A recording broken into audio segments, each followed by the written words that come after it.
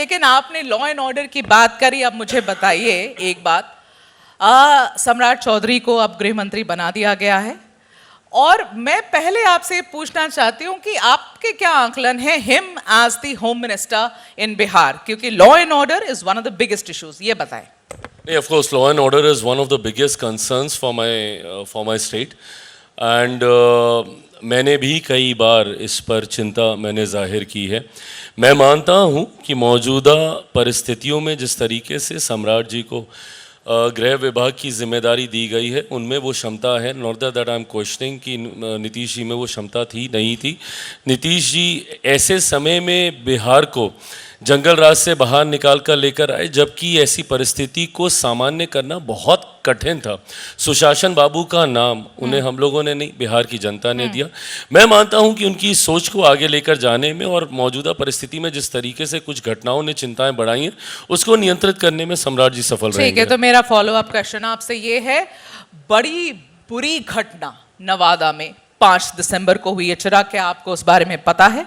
वो इंसान मर गया, अस्पताल में उसका ट्रीटमेंट हो रहा था, he is died because of the wounds inflicted on him. उसको, और अगर मैं पढ़ूं तो पहले तो उससे रोक कर चोरी की गई उसके पास जो कैश थी, उसके बाद ही वाज स्ट्रिप्ड और उससे पूछा गया कि आप किस धर्म के हैं, चेक किया गया कि आप किस धर्म के हैं, और उसके बाद उसके शरीर पर पेट्रोल डाला गया, he was set on fire, उसे ब्रिक्स और छड़ी से पीटा गया।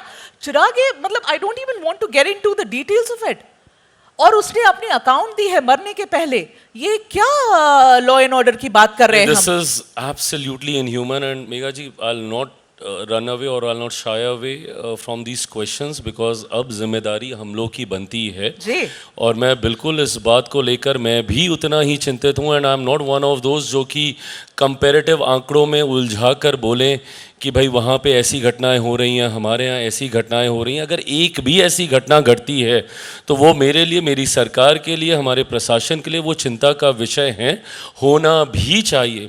और भविष्य में कभी ऐसी घटना कोई दोबारा नहीं हो, इसके लिए हर संभव प्रयास हम लोग के द्वारा किया जाएगा। ये जिस दिन ये घटना घटी, मैं भी उस दिन उतना ही चिंतित था। मैंने भी सम्राट जी से वहाँ पे बातचीत की।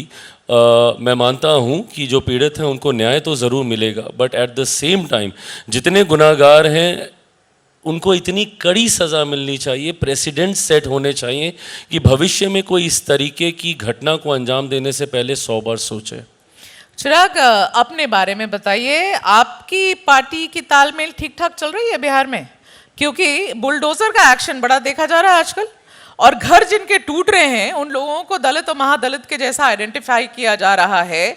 विजय सिन्हा जी का स्टेटमेंट में सुन रही थी, उन्होंने कहा बिल्कुल चलेंगे बुलडोजर, और फिर आपके मंत्री की स्टेटमेंट में सुन रही थी संजय पासवान जी की, उन्होंने कहा ऐसा थोड़ी होता है, सरकार बुलडोजर थोड़ी चलाने आती है। और वो बिल्कुल कॉन्फ्लिक्टिंग स्टेटमेंट्स, और लग रहा है कि आमने सामने आ रहे हैं आप एक दूसरे के वहां पर। सच बताइए क्या हो रहा है? नहीं, देखिए, बात आमने सामने की नहीं है, बट हाँ, बात न्याय की भी है। हाँ। मैं ये मानता हूँ कि कई बार कड़े कदम उठाने की ज़रूरत पड़ती है व्यवस्था को स्थापित करने के लिए। कई बार कई जगह अतिक्रमण की वजह से विकास के कार्यों में गतिरोध पैदा हुए हैं। कई बार सरकार ने ही नहीं बल्कि न्यायालय के द्वारा भी दिशा निर्देश दिए गए हैं कुछ स्थानों पर हुए अतिक्रमण को हटाने को लेकर। But at the same time मैं इस बात का भी पक्षधर हूँ कि जो लोग वहाँ पर रह रहे हैं, भले वो किसी भी कारण से रह रहे हैं, पर अगर वो लंबे समय से रह रहे हैं तो ऐसे में ये जिम्मेदारी भी हमारी ही बनती है कि हम उनको एक वैकल्पिक व्यवस्था पहले तैयार करके दें उनके घर गिराने से पहले। और जिस बयान का जिक्र आप मेरे पार्टी के मंत्री का आप कर रहे हैं, ये उसी सोच से प्रभावित है कि अगर मान लीजिए किसी विकास के कार्यों को आगे बढ़ाने को लेकर अतिक्रमण हटाना अनिवार्य है या संभवतः माननीय न्यायालय के किसी आदेश का पालन करने के लिए हम लोग को उस अतिक्रमण को हटाना वहाँ से ज़रूरी है, तो उसके लिए पहले वैकल्पिक व्यवस्था तैयार करके दी जाए। रातों रात ठंड के मौसम में किसी का घर तोड़कर उनको सड़क पे फेंक देना, मैं नहीं मानता तो कि नहीं माने हैं आपको डिसीजन विजय सिन्हा जी का? थोड़ी अनबन हो रही है? नहीं, अनबन नहीं हो रही है। हम लोग जिस बात को हम लोग चाह रहे थे उस व्यवस्था को पहले हम लोगों ने तैयार किया है। वहाँ पे जितनों के घर तोड़े गए हैं उनको पहले ऑल्टरनेटिव ऑप्शंस उनको प्रोवाइड किए गए हैं और उसके बाद ही ऐसी कार्रवाई की जाएगी और ये भविष्य में भी ऐसे ही रहेगा। ठीक है चिराग, आपसे ये पूछना चाहती थी मैं कि देखिए अमूमन ये देखा गया है कि जो भी विधायक दल का नेता होता है लगभग मंत्री पद उसी को दिया जाता है।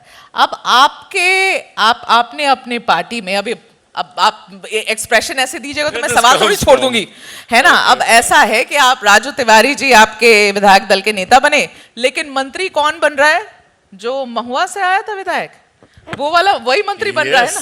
Yes, do you remember that? Do you remember that? Okay, fine.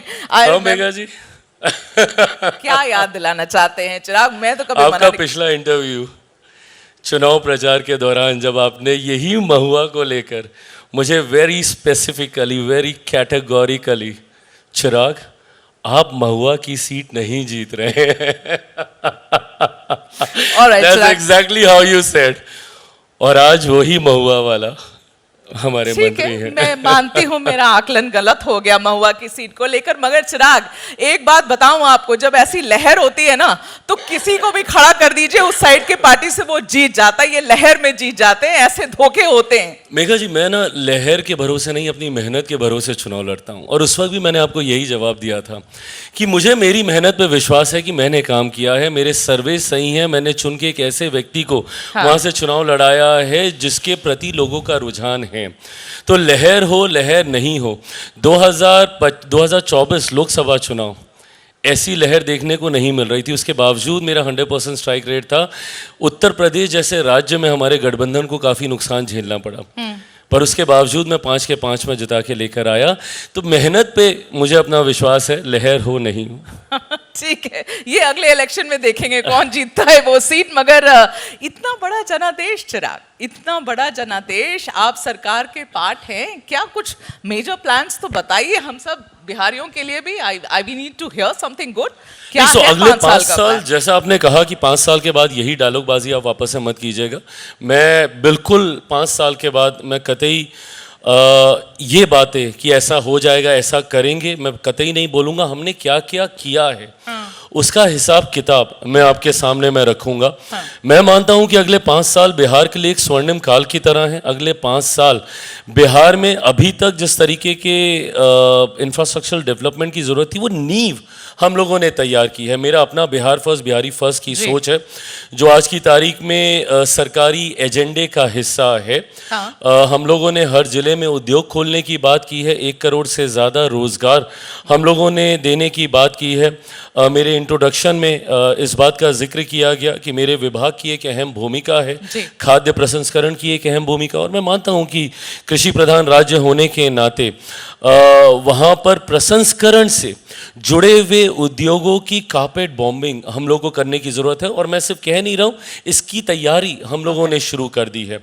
मेरे मंत्रालय की विभिन्न योजनाओं के माध्यम से, खासतौर पर PMFMA की एक ऐसी योजना है जिसके माध्यम से आप गांव देहात के इलाकों में रह रहे युवा युवतियों को आप एंटरप्रेन्योर्स बना सकते हैं, छोटे उद्योग आप उनके लिए आप स्थापित करके आप दे सकते हैं।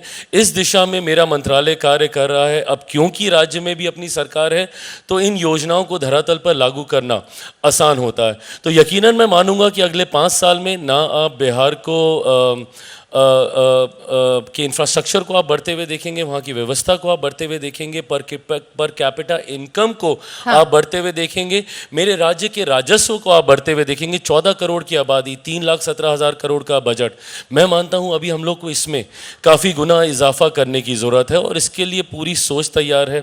रिलीजियस टूरिज़्म का मैं हमेशा से पक्षधर रहा हूँ। मेरा राज्य ब्लेस्ड स्टेट है। अयोध्या में इतना बड़ा भव्य भगवान राम का मंदिर, मेरी माता सीता का मंदिर सीतामढ़ी में बनने जा रहा है। आस्था को भी सम्मान मिलेगा और साथ ही में राज्य का राजस्व भी बढ़ेगा जिसका लाभ हर बिहारी को होगा। ना सिर्फ पलायन रोकना है, रिवर्स माइग्रेशन हो मेरे राज्य में, इस सोच के साथ हम लोग आगे बढ़ रहे हैं। राजस्व बढ़ेगा, इंफ्रास्ट्रक्चर बेटर होगी, एम्प्लॉयमेंट मिलेगा, ये सब का हिसाब पूछा जाएगा चिराग। ऑफ कोर्स 5 साल के बाद मैं पुनः ऐसे ही आपके सामने बैठना तो पड़ेगा।